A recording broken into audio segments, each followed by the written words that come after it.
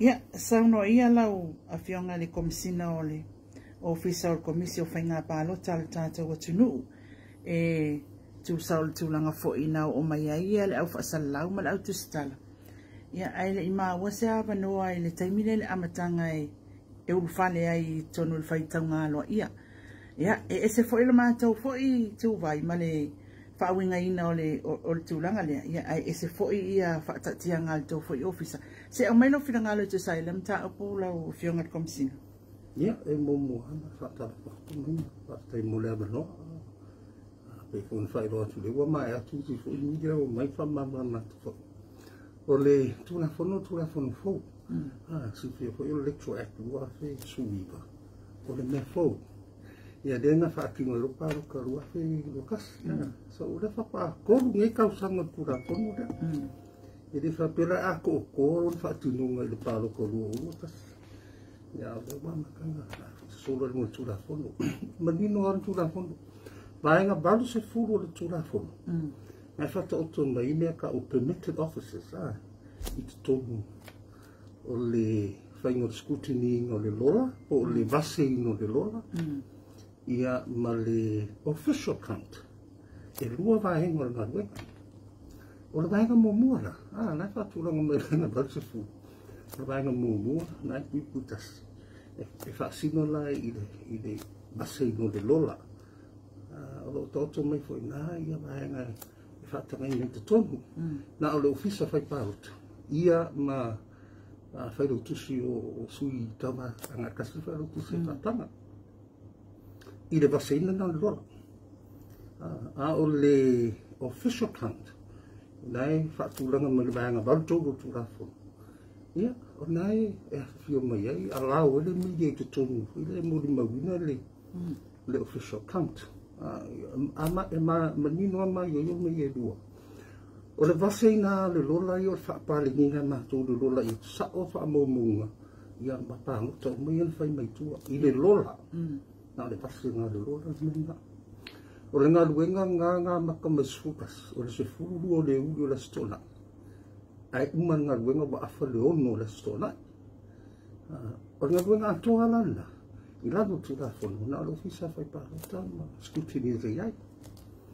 Ia, ma koko marola, ia tā rofitu, maka role, le official count nā lea, lea nga wa aida, fio mai fo, tu sta le mori mau, le talaingo pusa pāloka, ko ia wai mai fafo pāloka, te fai tau ato. Ia, ai muria i loa i le pre-polling, pāloka pre-polling, ma pāloka fo i o le special vote. Ia, o le awhiwhio mai whaoro tō ofisa le taimile nā lera a makaranga ruenga le sekurua. Na o mai ale sui komisina fo i a te au, whairoa mai le ole. O warau taran whai, whamon muri. O sai mai kuma se whai tato ngā ue. Tawana le tara tui whaloro na whai atu, e le iesa o tala wha sā o tau. Ia, e leo whalongo lunga o penga a fo i te whai lani ia. Ia e o ngau ngare atua i ngā e uidea, ia e whai. Pui floro kwa fawa ya so kamu i ofisa. So ye ai tato mulu ta ia i tula fono. Ia e fa maru wo fo ta fa ili fa ro tu tula fono. Ai anga me tu tupu mai. E ta pe nai man tu ma tu nga ngo fa ra u ia. Lava le tani fo fa ra u i tula fono. Ia manam la mo mai tu no. Ile na o to ma mai tu no wa mai tau mai fa tu no po na o tu mai ia. Ia tau so whaamamanga le malenga whaaloaro tu sai ko mai whaafsili mai na. Ia, o manino le tūlanga. O le tūlanga whai le tuai, le whaatuai le a. Nua umi te le taimi o whaitau le pālota alo ia. Ia, wai eile, o le whaanonga wai eile tau fōfuanga se me tutia fō whaatatia mo le whai tūlanga i lumanai ne ia fō ia i whaafitau li lea. O le tonu me le ofisa nei o wai eile le mea ka o le vote count system si fia fo mai na te minga whai pāroka. Ala ke reading au makwai lunga i pāroka la whiti ma mai whare pāroka su. E reo mai whare pāroka i uma wai pāroka, ala uma koro le ale ka whai o pāroka, ala whai whare pāroka taitas. E uma loa, printak mai loa mako lola le. Re summary a koe o tangata uma i alo leo ma cast votes i tua le i. Lola la lea, ma isi mako lola whaparingi lola ia, me le tau le me tu la fono lea, o le wasaino le lola. Lewa iei fōwhanga lea ngā ilunga, lewa matiti o le process, wa umi te le process, ai fua mai le teimi lo kwatu se pururua i le afo le onu. Ngā whako ako mai le mako vahenga, wa umana kolosi wa pāleni le lola, ia fai loma le break ia fai tau loro ia paloka eu fai tau winga paloka go sisira ko fai kau ko kala ko faari ma fapia it's a long process ai o le wheel technology le wa ma fai na so sorry atino nga wenga le fu ia wala wa matu o titilo ia o ba sfu no le pule ma tu fa so ia ia pu o le count le basino le lola umi o se wotu la ia fa pena fo le official count umi fo o se tu la ile te tau no watu wa o la o mana fai tau paro te tu ma fa tu si mai te tonu te tu si mai ko talai ma te tu si ma te fa solo ia wa pe o tu fai tau fa lu o le sei fono fo ia ma tu pulenga ia mo fa so fo me fo la tu fa so ia wala e fa va na fai si fia mai na kasi le tu malo le fa ia ai si la ia fa so a ko mo le la fa so le fai ben ia fu le dai tu streamline the process fa nga ia technology lo ia ni tem fa va ai sapoa effective efficient efficient and effective ia vave na fatino ia sawa to nei se fale to mania o le tulanga foi le ele o loa po o mai lo ma le fata amata lau ngā luenga i le office of Whenga Palota e ina isi tu malo foi e tato Palota talwai nei ia lea wa whapena ona wha ta uto mai e le whamasinonga e toi tang fia le lato rola Palota na lesa iei ia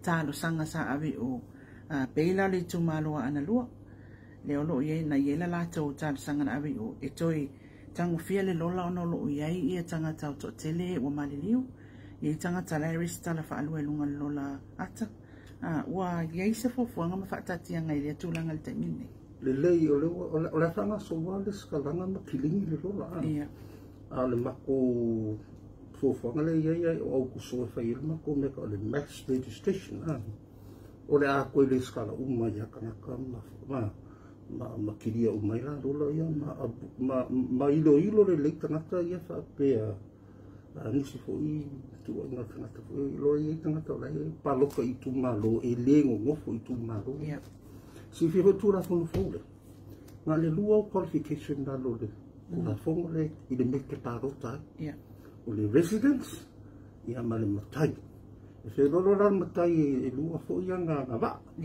pa en fanga palota i le melai matai a fe pe ngofo i e pia ai makai mai sa va e langa option pe a me paloka i mele matai ai po le paloka le mele a la rai le tangata i le se matai i le se option la lo tu la fono o ngala le te tauna tiu te to ai lo fi sam fa mau tulele i tangata i le ma sa lo mia i lo ngona o tangata i le ma wali me lo le feo ai fa pe le ia matu vale fo lo la ai tu ma lo fu ia le ma va mano se isi tūlanga i lo finangalo i lau tangtanga i fo i tato Whenga Palota lea taloi nei ni lui tau na whianga i malto ofisa ia e a ona silfia i tato atu ia manisi mea o lo fata o toa wa fo i le ofisa o Whenga Palota ni tai mi lo tau mai ai i le tato ofisa fo whawhatai i le o le lui kau ke lea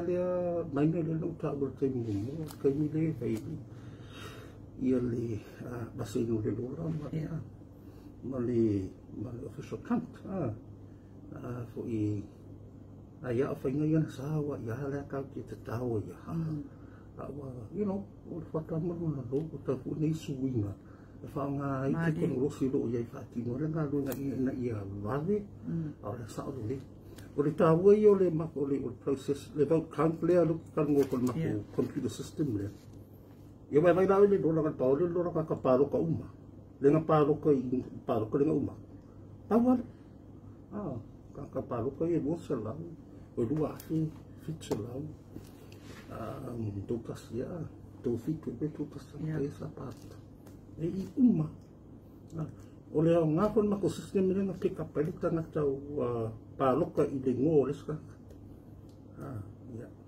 o le ala o mana o le foi su enga lo fisal vai nga le o mo wa o fa le vai na pa ro tata na o le tata no fisal fai moria ina lo tu la fono ida o me ka o fa folinga o tau fa valia ele o le ai la lo tu la fono e moria ele tu la fono le tata na lo fisal moria o mana na bala o ilo fiso mo me e fia ni case fa pena na tupu palo tala na tasia e pick up ai con macro system lang waru palo ka ya waru fai lang palo ka ni singu da ble ta bo tu ni fai palo ai ba ku ka mo e palo ka ni singu yo nganga pick o system le ele me fai log up ele me fai ko fitu e flag mal me o man castle go fa special book lo ka kalinga muri ya ai fai su enga lo fisa ma ko su e lo vala au lo wai mo uma details tanga te yen na restava mai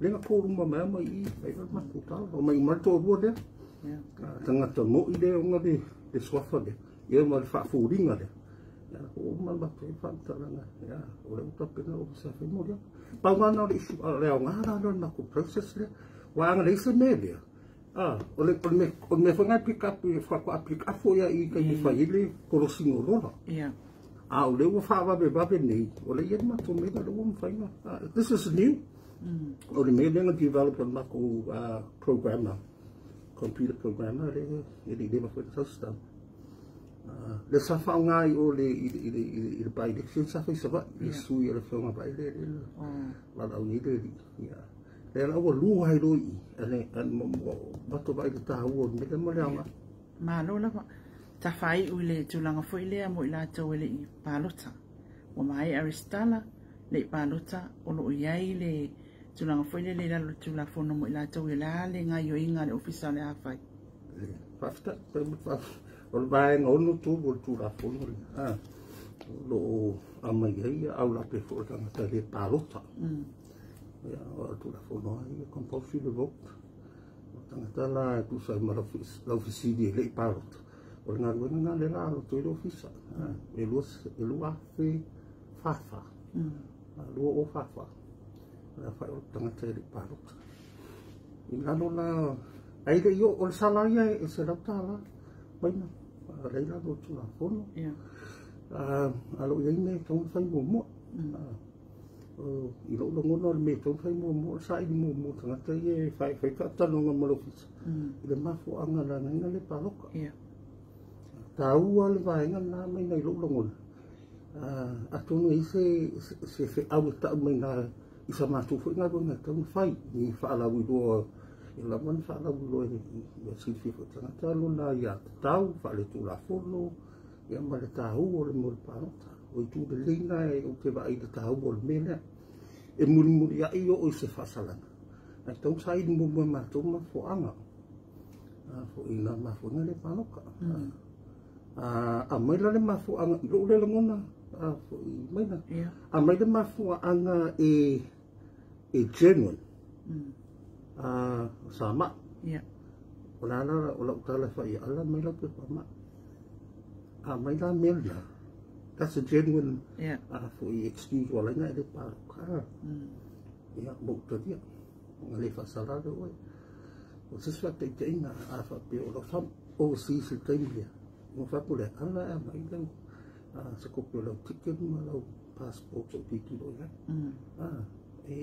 o wala na te lo mo ta una approach ele issue dia banga na ai bole ai se mafu anga te tau ala nga ele pa ia ma fa malia tu le komisina te oi ia wala sala kala tu ono le ia tu la fono o ia o tu la fono la ba ia lo fa pe mai issue ia me ka le penalty notice le komisina ba ku si foi le ka o ai te pa lo fa ma de te pa rota ko unia so se fu fa e tu le apo fiaso ia Tia o mai tungi nau sala sa pala. Umale notice nga mua i te respond mai, ko i sura notice longa lua komisina. Ma fai roa tu ia o e kua so ie, te su faso i te te o mai tungi nau sala. Ale ai ko le amuria roa whamusino. That's in the law. Mai ole mena. Pea whau nau whaitu. I whiau tala puni whai isi ko i media i reo o mai. Muria ia le sawa. Ai se ita ini momo po dale mafuanga. E tāua la i le official mafuanga. Ina i keita i mako publicity wa mako awareness program inga i a lava le whala uro i tangata. Le tāua le tula fono ma le tāua le pārota. Ia ma me umai o iai pe awha pe e a. So o le whanau e fia mani aso le uto e whai atu. E muri ia o le sarau tāla. Ita i momo mahenga i a. Ma lo lava e le ai ma se fa le tonu le campaign pe na soli e seisi o suin tau wa tu la fono il time venga palo tava i mama tolu ia ma le nane ia o maina i le samatunga luenga o mea na sui tau wa ia e ora tu e maka i tu me fa pena ia wa a maua la ko so kula ko ma ore la ko le ko wa i le maina i e momoli mai amato e o famus longa e beira to muta pula ia pati ia vai le we si mai ate ia vai turi vai se me fa pe ia e pe no fai no tu ole muta fo yo na piti no si ta vai malana komiti me fa pena ku il famus no sei se tu langa fi sa no e la o fionga e le fai ulta por kala fa stai mo le fa stai te mo la bono e mua ia whaftai le tumalo, whaftai le tumalo, i le pule ngā maro rinto i pule, i le tofi malia ma saunga le mo o le whaamui mua le atunu, wa me se le tumalo, whaftai futapo i ngā le atunu, mai la vare fio ngā le amaro le malo, ia se tau lava i se pitu i maurano le tato o tunu, ia whaftai tele lava mo le tapo inga, o inga ni manuia, ia e o ngamo o me tutu, ia e titi roi mo wha leo tapenanga mo le kako o palo karo tele, o le wha le tonu le tapo, o kusapo pole le tau, i le le tulanga wha pena, ia e sawa, ia le anga leo le tua, mo le lofo le kua Samoa, solonga lelo le wha mo i mo, ia wha maru nga kufo i lau tu le fionga le Palestine mo le autostala. Ia pa fai wa fesea ilo wala longona ia wa fe area ia se upu ina fai ia ma se fa mutala ia fa malu ko le vai ngana ia e molsi le fia le autostar ile ta fia o tu se malu o potu fo ia bano se tamata e fia mola bano o tu star ia bano te ni se va ngana o to le bano io no to isi si o si komisi la e ava tu se soani fo i o mai e whafti tele mo le amanoa anga lile tua Pamanuele atua i ngā luenga tau amata o lau tuwhinga lau fionga li komisina tai fo i mai tatou po kalamu